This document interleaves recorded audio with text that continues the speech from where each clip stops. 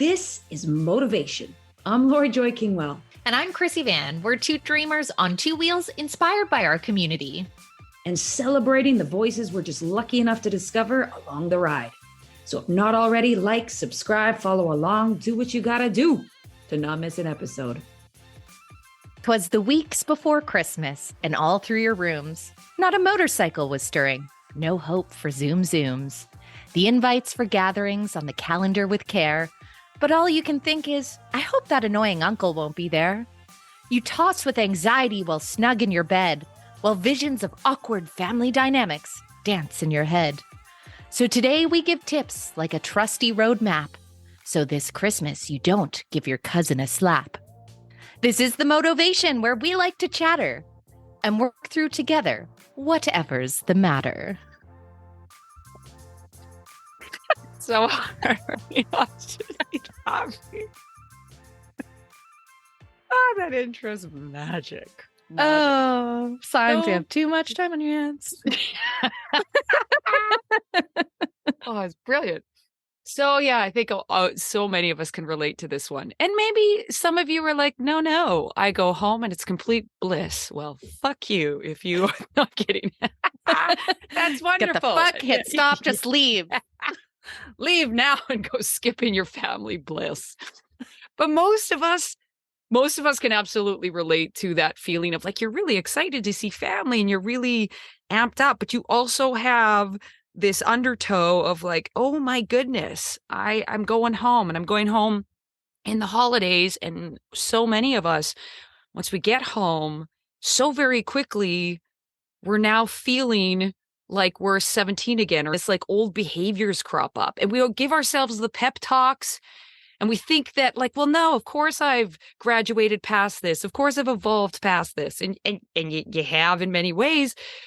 But as soon as you get home, and as soon as, like the family member, whether that's the mom, your dad, your siblings say that thing, or like we talked about, your extended family, right? Because everyone's gone their different ways as well. And everyone's kind of evolved in different directions as well, different belief systems, different opinions on things, just that additives. But alone, plain and simple, you just have this part of you that gets triggered up to your adolescence. And this is a huge one for me. And so what do I do when I, feel super out of control within myself? First, I go to the psychology aspect, do that research, but then I also want to know like what's actually happening within me. And so, yeah, you are being triggered and you are actually regressing. You're regressing within your mind and your body when you go home, because there is mapping that takes place, right?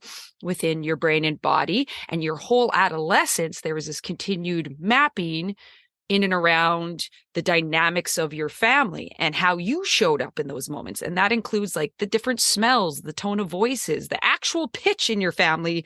Your parents and your siblings' voices can be enough to trigger your actual nervous system to go, oh, I know what I do when I hear that. And then it can become so quick and overwhelming that you kind of get hijacked.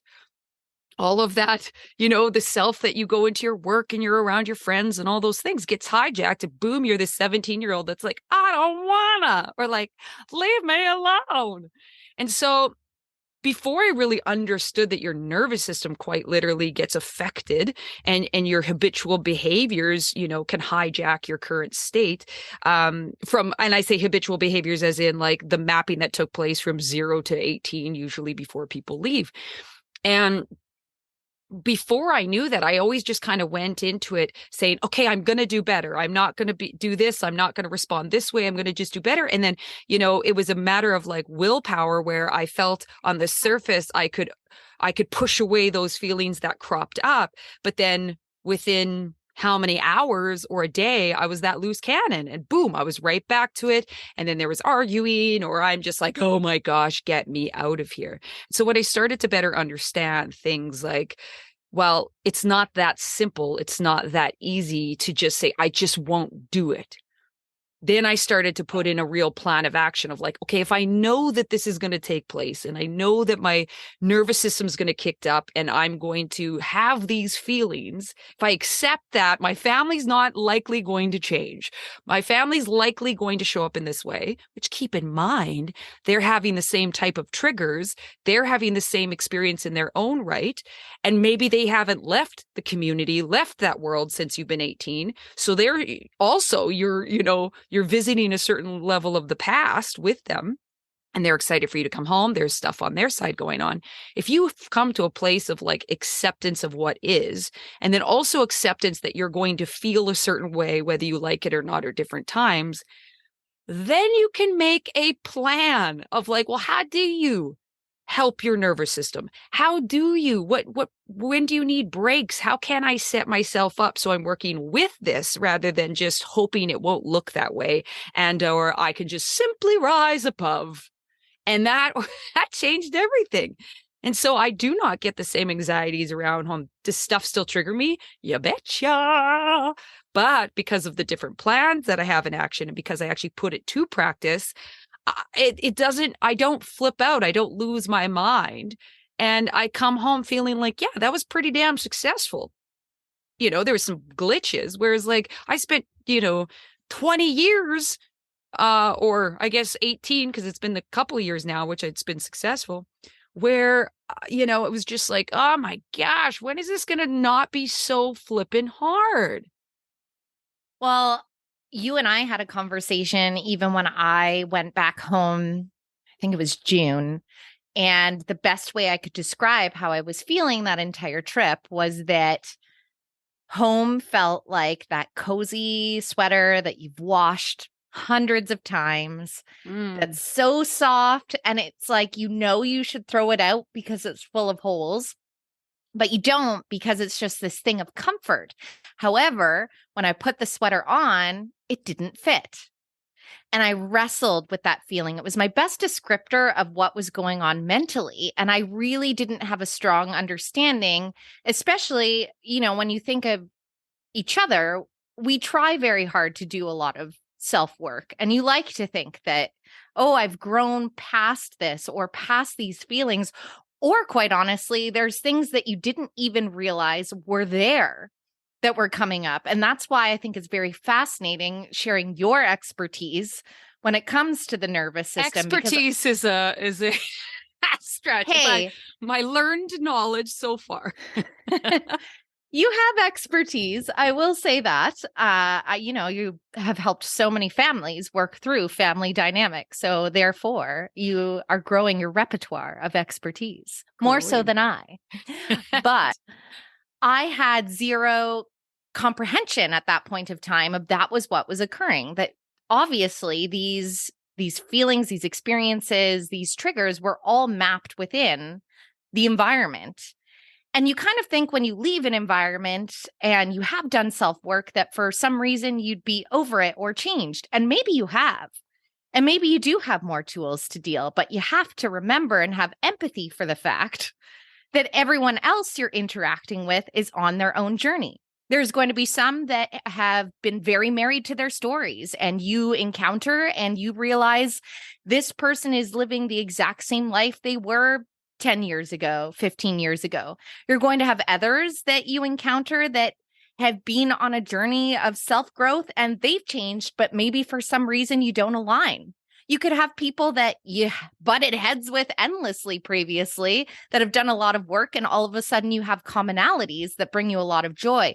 But I think it's about shedding expectations a lot of others and expectations of yourselves, because one thing that we talked about, I think it was even 2 episodes ago, is that you can do all the work and the tools. You're not necessarily going to always get it right. And that's okay too, because especially if you have distance from your hometown, that's the case for Lori and I, we don't get to practice. We may have done the work, but you don't get to practice. And until you're there, cousin Bob or Sally in the corner says something and all of a sudden you're like, fuck. And then wondering where the heck did that come from? you got more work to do, and that's okay. It is a process, but there are ways that you can mitigate. And I think that the preparation is very key, and knowing that it is okay to carve out spaces when we need to regroup or reset and communicate with others as well. And also understand that when you are communicating with others, I had this quite recently where I love my mom to pieces. She showed up, I was PMSing hard. So you basically put a multiplier on all these things that kind of were sitting at the top of my chest that I didn't even realize I was angry about until I went to therapy. And that I unlocked it in therapy, stopped going to therapy. And so it was just sitting there. So guess what happened? Oh, no. I did not show up my best. When she left, you have this feeling where you're really disappointed in yourself. I didn't show up my best. This was supposed to be this amazing time together. And to a lot of things, you know what? It was, because when it comes to people we love, it's messy. And I think the great thing about family is you can be messy as fuck. They're going to love you anyways.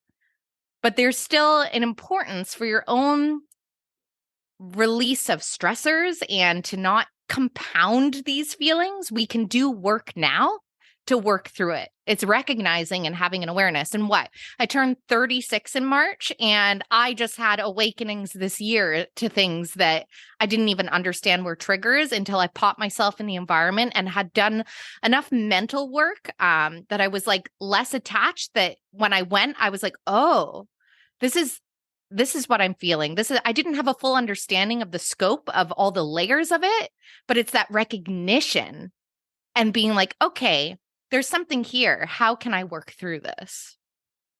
Because you're right. You don't get, you mentioned just that of like, you don't get this a lot of practice. Some families do, right? Some families are together often and they still have their stuff, but they're constantly kind of working through it for the most part, whether they're even aware of it or not, kind of thing. Or they might be doubling down on the unhealthy behaviors, and that's where they just reside. But again, if you're probably listening to us, is stuck with us, you're probably not someone that's just willing to reside in the unhealthy patterns, right? And so, but when you don't have that opportunity to constantly be around one another, when you are, rather than it looking, like you said, rather than it looking like I'm just going to rise above, looking at it as, and this was a big shift for myself, as, hey, great, this is a time I get to practice some really uncomfortable shit. And so I'll even make myself really small goals. It's not like I'm going in there being like, okay, here I go. But I absolutely am like, giving myself a certain small little target, because it's not about changing their behavior, which it used to be a lot of that. Like, if you can just stop doing this, I'll stop wanting to strangle you. If you could just adjust this, I won't want to punch you inside of the head. You know what I mean? And the reality of it is that the only thing you can do, you can have real true conversations, you can set some healthy boundaries and like really look at what an actual boundary is, not the easy thing like, that's my boundary, you're not allowed to come near me. That's not really a boundary. But anyways, the real only thing you can do is say, well, what adjustment that I know that I can make? I know this is a trigger for me. I know this is likely in the dynamics that is home. And so, like, I'll give you an example for myself. A lot of the people back home in Saskatchewan have a very different frame of mind around just like kind of social injustices that are taking place. We do not share the same viewpoint on that. And there can be, from my perspective, some super insensitive things that are said, some really ignorant comments that are said. And so those are really triggering to me. And so one of the ways in which I'm kind of coming at it now is I look at it as like, my goal is to first better understand where they're getting their information, better understand how they've got to that. So that therefore, first and foremost, I can try and understand them first so then I can share in the conversation, and it can be a conversation versus trying to come in. And now that's really difficult for me because I'm just like, that's super racist. How the fuck do you not know that's racist by now? Like, come on. But then I also remember like echo chambers and all those different things. And also I'm in one of the echo chambers too. And so, family dynamic that's like within my family would be different things of just needing more personal space. And some of my family members, like my mom, need a lot of time and a lot of attention. And we're just polar opposites that way. And so rather than it being like, Mom, back off, just being like, hey, Mom, like calmly, lovingly, or knowing that like really double down in time, then just already giving her a heads up of like, I'm going to need this space. And sometimes it's still not heard, but a lot of times it's more and more heard than it ever was before because of the way in which I'm stating my needs and communicating it. And I'm doing it when I'm in a good space and I'm open, not when I'm in a really annoyed state. So I'm already sharing kind of where I'm at and what I'm going to look like, kind of like sharing a bit my plan with like my immediate family sort of thing. So it doesn't look like I'm avoiding them, because I'm not avoiding them. I'm filling my cup so I can get back in and show up as the better version of myself. So going in, like I said, with that plan and knowing that this is a time to practice, because you don't get to practice, all year round. It's like being afraid or a little nervous around the water, but you love the water, but you've had these experiences that make you nervous around the water. And so, you do a bunch of work on the sideline, but then here it is, you're going to the water and you only get to do that 2 times a year. You can't expect it to be like, I'm going to do laps and float and just not feel anything but just bliss, because that's what I've been mentally doing. Doesn't work that way. You're going to get to the water, and those past experiences that map themselves in the first place are going to come up. And that's where the work is, to say, well, how am I going to move through this? What approach am I going to actually take? Not be discouraged because you still have a fear for the water. And I used to be so discouraged because I still had this animosity or resentment or all these different things that would crop up that I thought I had let go of.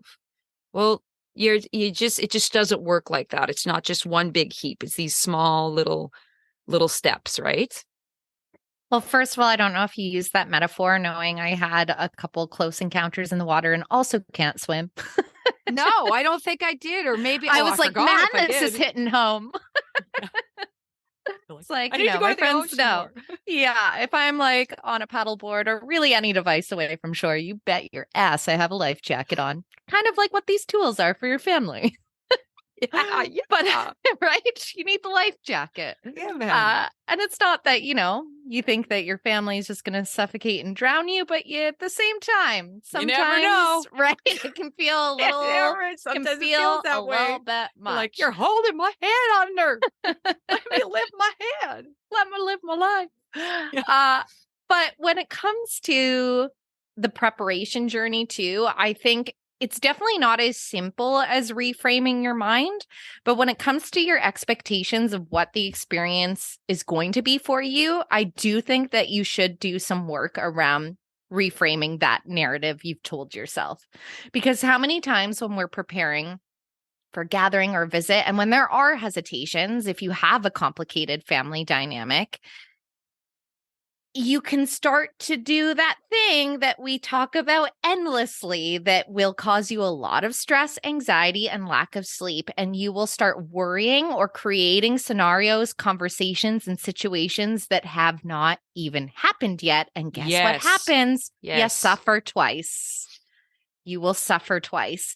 And so doing a little bit of reframing of the mind, because at the end of the day, every experience we have in life is the first time we're experiencing it in that moment, through and through. So you kind of need to give it the benefit of the doubt in tandem with the tools. I love that. Yes. Right? Like, I think about it, it's kind of like it's Christmas adjacent, but it's going to sound like a horrible story. And then I promise it'll circle round back. I'm absolutely in. I cannot wait. I'm so excited as soon as you're like, it's going to sound horrible. I was like, it's going to be terrible. And then I'm going to be like, but so the first Christmas after my dad had passed, I was really close with my grandparents, because basically anytime my dad was ill, they were the ones that raised us all in tandem. I would see them every weekend. So really, really beautiful, close relationship. And at that point, I had just my grandpa left. And I did have my mom and my family on that side, but in the grandparent land. And we were supposed to go up there Christmas Eve. It was a year after my dad had passed, which was obviously going to be a difficult Christmas. He died on Christmas Eve in his chair. So for many, this is where I was like, it's going to go down, but it's going to come back up. Oh, my heart just went down. I was like, oh my God, I didn't know this. It was like pretty awful at the time. I remember because I worked in retail at the time. So I had done the last Christmas Eve shift, all the last minute gifters. And then it was my husband actually who had to tell me because I went to his house first. And when someone's giving you bad news that really hurts and sucks, but you almost want to protect the other person that just said it because, they feel so awful. They had to tell you something. It was definitely one of those moments. But that being said, he had a beautiful life, etc. And I have amazing memories. So moved through that. However, I banished joy of Christmas for many years thereafter. I was like, fuck Christmas. That's where the Grinch thing came from. The other day you mentioned it and you said I was a Grinch about Christmas. So I thought I got to follow up with that because I have a hard time believing that's where it came from before you turned it around. I was like, fuck this, fuck that. Obviously, what I know now, it was a deflection of if I don't do the thing, then I don't need to feel the feelings around it in a big, big way.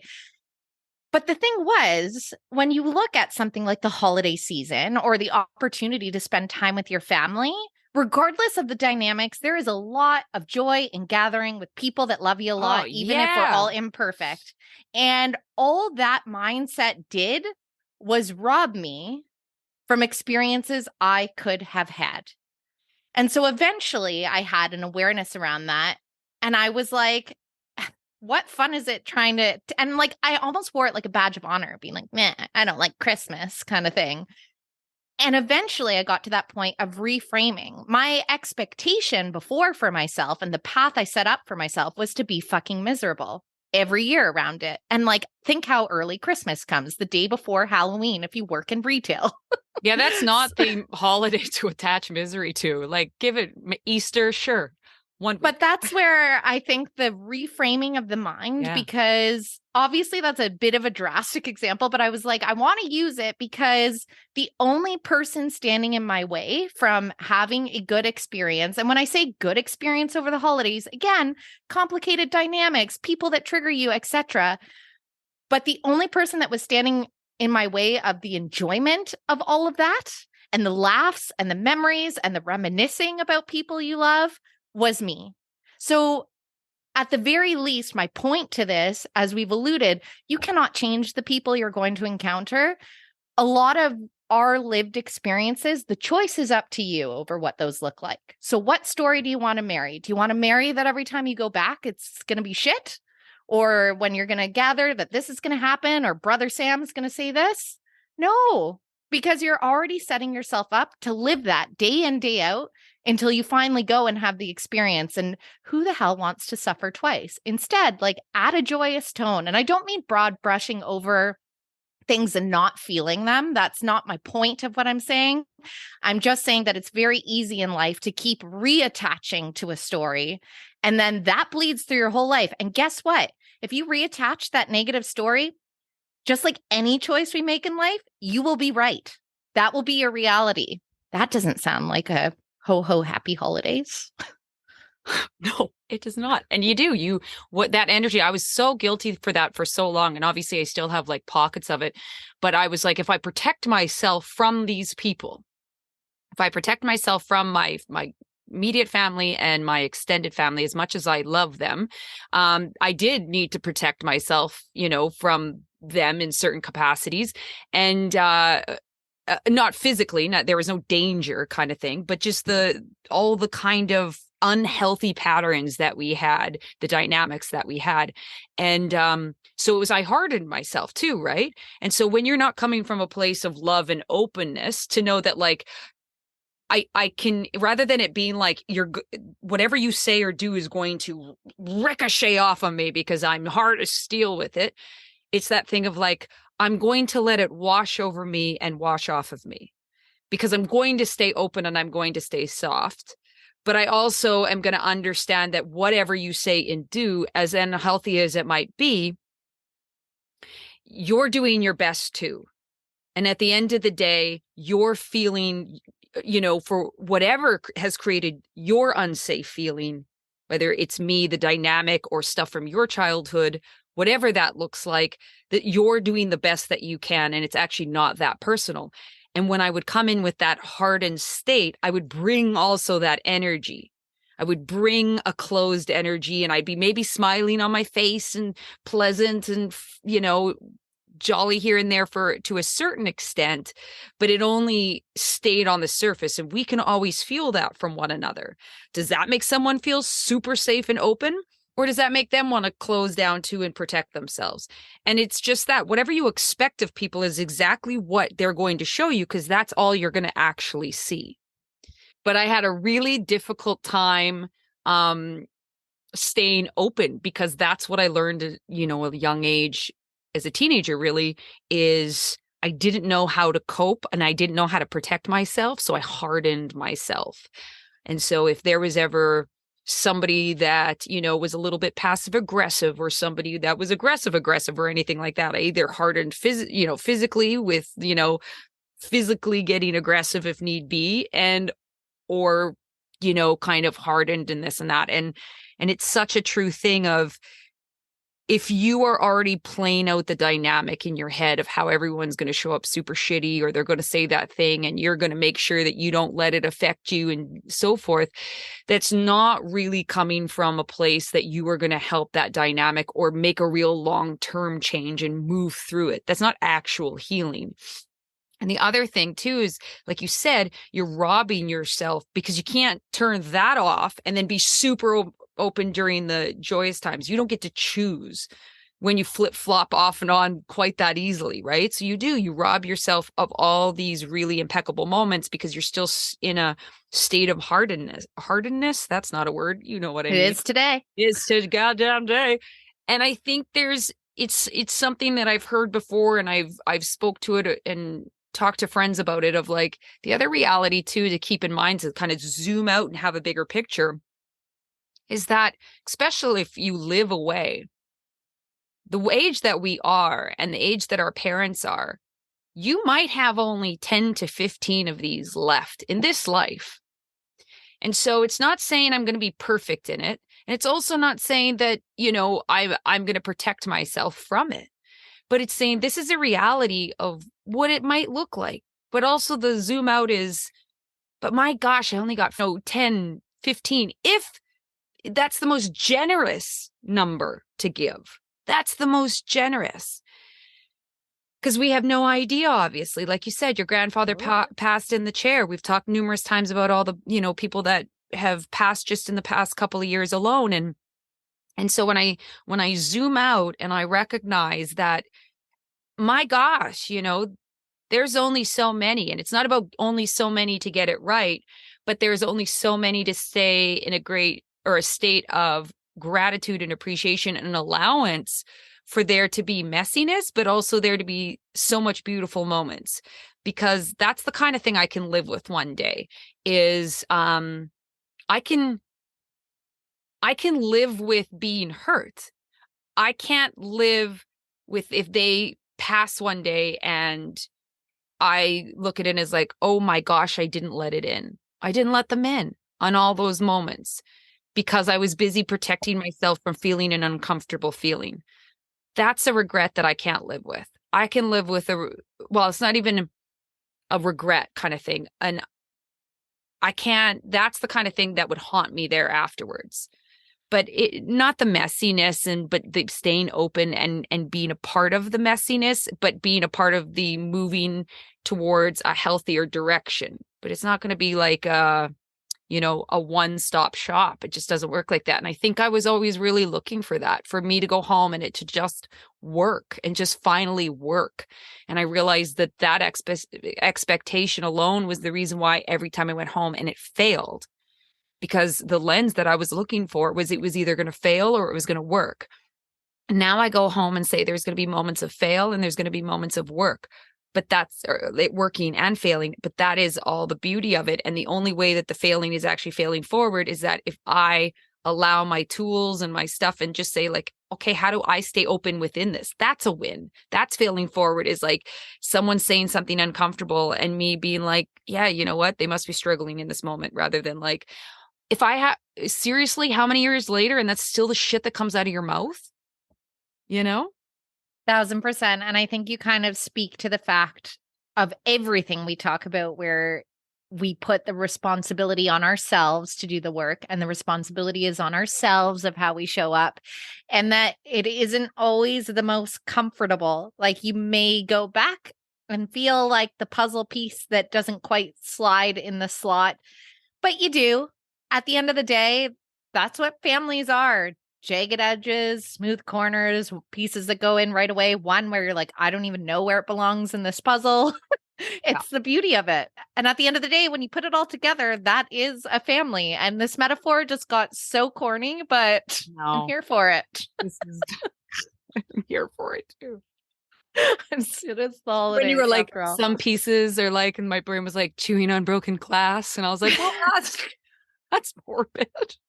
You know, we led with a poem, so we just really didn't know where this was going to go. But I think we kind of have segued into our motivation. You see what I did there? Yeah. I jumped in. I had no idea you were going to do it. And I immediately. Yes. Amazing. I'm going to actually kick it off because it goes so beautifully with what you just said, that I think an exercise that you can do before traveling back is, whether it's centered around a person or a family unit, put that name at the top of your journal that day, and that's who you're going to do your gratitude around at the end of the day. Write it down. What are you grateful for with this person? You know, what do you wish for them? Send some beautiful wishes and empathy for their life, because at the end of the day, just like you, they're another imperfect human on the other side. And as imperfect humans, we might not always gel as we hope that we do, but you love them. They're your family. So get some gratitude around it. You're already then, think of it like a house. You're building the foundation at that point for whatever's to come from there. I love that. I'm so going to do that one. I love that. The other one is very much about the week before. Well, this we would do leading up to as well, exactly what you were talking about. And the kind of like pragmatic of like, well, what are you going to do when you're there? And the first is coming from like, and creating the plan, but the first is accepting that there will be challenging moments. And I suggest making a plan of where are you going to create space for yourself to calm your nervous system. And so that you are always bringing yourself back. Because sometimes we are subconsciously getting heightened and we don't quite know it until all of a sudden someone says something and now we're fully ignited. And so if you kind of even make an idea that, okay, every couple of hours, I'm just going to, or every time I go to the bathroom, to actually go to the bathroom, I'm also going to calm my nervous system, which is just your, box breathing, some sort of breath work that brings your nervous system to a more regulated state. And so being proactive about taking care of your body and your mind so that you are centered as possible. Also, your gratitude, something that just, again, centers you. Because when you have a plan, you're not necessarily and going to follow through with it. You do the plan, obviously, then it's just, otherwise it's just nonsense. And so I think putting those two together, which I fully plan on applying Chrissy's as well, because I think it's the perfect marriage between the two, is that because you're able to keep that nervous system and your mind in a more centered state and regulated state, but then you're also coming from more of that, like sending out love, really connecting to that person on the other side of whoever it is. And even if it's not the same person and someone else has triggered you, let's say, you're still in that hyper state because of the gratitude that you're doing around that specific person of like, hey, I can just transplant that to this person because it's the same story. It's the same thing. They're doing the best that they can. But very, very, very, can't tell you what a game changer it's been for me for going home, which used to be like every time I'd come home, I'd be just like in tears because it would just be a disaster and fights and everything. I was just like, this is the worst. And I cannot remember the last time that I left North Battleford and was in tears and felt, I just get me out of Dodge. You know what I mean? That's been a long time. Do I have moments where I'm like, I'm ready to go home? Yeah. But I do not feel this like at a overwhelm of just uncontrollable emotion and frustration and all those different things. So that'd be mine. I really like that one, especially the breathing. I was somebody that was so guilty, as my physiotherapist would say. I'm an apiary breather. So a lot of my breathing right at the top of my chest or pretty much in the neck. And I never really made space for myself to literally take a breath. And over the last probably 2 months, I've had some breathing exercises, which is funny enough, mainly stemmed from neck issues I had that we're treating. But obviously, what compounds dis-ease or in the body is stress. And so literally taking pauses in my day to deep breathe has been a really beautiful thing. And it is so simple. And I had somebody just comment on a post I had about meditation that wrote, "That's all well and fine. That's just for people that don't have kids and don't have things going on in their life." And so I wrote back, I always like anytime, I mean, that's not a negative comment in my world, but I see my fair share of like aggressively negative comments. And I always respond with kindness because to me, sometimes it's hilarious. People don't know what to do with it if they're in that state. Yeah. So it just brings me joy. But for this particular individual, I reached back out and I was trying to say in the nicest way. What I wanted to write was, if you're on social media, then you do have the time, which is what I said, but very kindly. I was like, perhaps exchange 5 minutes on social media 100%. For 5 minutes for yourself, because with what Lori is speaking to, it sounds like, oh, I've got to carve out space. Well, I can't do that. I've got to carve the turkey. And like for me, when I was transitioning to breathing exercises, I am the epitome of like, but I bounce from this to that, to this, to that. I mean, my nervous system has been revved up. I've spoken to my burnout before, which I never took a good space to heal. So it made a lot of sense what was culminating in my body. And so for me, someone that's like, would be just as guilty to say, I don't have time for that. That's not the truth. I was not making priority for that in my day. It's not a time issue. It is a priority issue. So you make it attainable. I literally hold myself accountable. 3 breaths. 3 breaths. And I'm going to be really honest with you. Sometimes through slow breath number 2, I'm like, fuck, this is taking a long time. When I was first starting, you're frustrated. You don't have to be happy about it. 3 breaths. That's not the point. It's not that you're not doing it to like it. That's the point we always say. Like, I only want to do the things that I like to do. And you're just like, yeah, that's why we're as unhealthy as we are to this day. Yes. That's why we are walking around just in a state of frenzy. And yeah. And it's just that of like, some days I really enjoy meditation. Some days I'm just like, oh my gosh, make this end. And then I look at it as like, well, this is great. I'm going to focus on the uncomfortability of staying in you know what I mean? Like this is all practice because all of it is a muscle. Staying in the discomfort, moving through the discipline. And it's not just, and it doesn't have this hard discipline. It's just like, yeah, it's just, this is uncomfortable. I'd rather not be doing that. That's fine. That's okay. You could rather not be doing it. But if you want to actually make progress in your life, we have to do the things that are best for us. It's that kind of like sacrifice what you want to do today for who you want to be tomorrow. 1,000%. And just make it bite-sized. Like my biggest point on that, just make it bite-sized because now, as I say, it's one of my favorite tools in my day. I'm just breathing left and right all over the place on purpose. Yeah. And I think too, people see that whole thing of like meditation and breath work and they see people like, you know, like sitting cross-legged in the quiet of the room. And they're like, yeah, my kid won't even let me pee. And I can vouch for when I worked in homes and stuff. They don't let you even pee without being like, what are you doing in there? And the crack in the door. So I understand that thinking. And that's why too, it's like, no, this isn't a big ass. This is a bite-sized, like you're in the shower or whatever you're doing. You can do it while you're driving in the car. You're doing things in the day that there's space and time. You just have to allot it and attach that and then make it a habit. That's not easy. You don't always feel like doing it. That's not actually the point. And so it's 100%. One of those things that like you could even make a rule. If this gal's listening, which I don't think she is, but just in case she was, or you're someone like, why don't you make a rule of thumb that before you open social media, you have to take 3 breaths. That's your rule. You are not allowed to. It takes up a whole 60 seconds. And kids, no kids, 19 kids, whatever it is, you will have time for that. Absolutely. It's not, will you want to do that? That's a different story.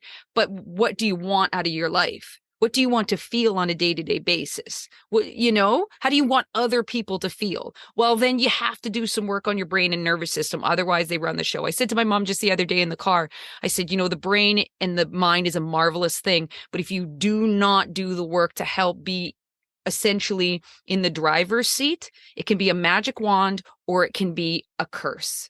You know what I mean? Yes. You are the one that's in charge because it will run you.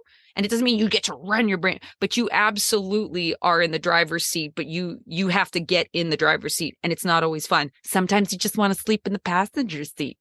Sometimes you just want to be in the back seat with your phone in a movie. Well, guess what? We don't have time for that no more. Life's for living. I feel like you dropped quotes within that, like this whole curse or magic. Like, come on. But what's your coat today? All right. I just said coat because apparently I'm thinking of Santa and his jacket. Quote. I love how your brain works, man. All right. Avoiding your triggers isn't healing. Healing happens when you're triggered and you're able to move through the pain, the pattern, the story, and walk away to a different ending. This is by Vienna Farron. Beautiful. Well so done. Mine is not like a traditional quote. It actually was from an article that I was reading on the subject matter. But essentially, it's all about the reframe here. So instead of, they're doing this to me again, think this is coming from a place of their own limitations. And so it's just kind of that little reminder for you that we can only control the self-work that we do. Have empathy for people that aren't showing up in their best form, because at the end of the day, we're all just beautifully imperfect humans. And so Lori and Chrissy podcasted today while Santa up north got ready in his sleigh. He's going to come down to your house down the chimney. Why did I choose that word? Chrissy asked. Because life is womany. What the fuck rhymes with chimney? Life is womany. You can't be whimsy if you're Santa. It's like a chimney whimney. It's whimney. Well, that, my friends, is your motivation. Merry holidays.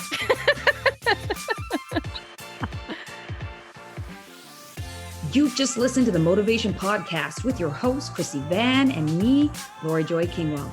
Thanks for joining us along the ride. We've got new episodes dropping every Monday, and we're all about community. So follow us on Instagram at Motovation Podcast and visit our website at themotovation.com. And in the meantime, tanks full and full throttle.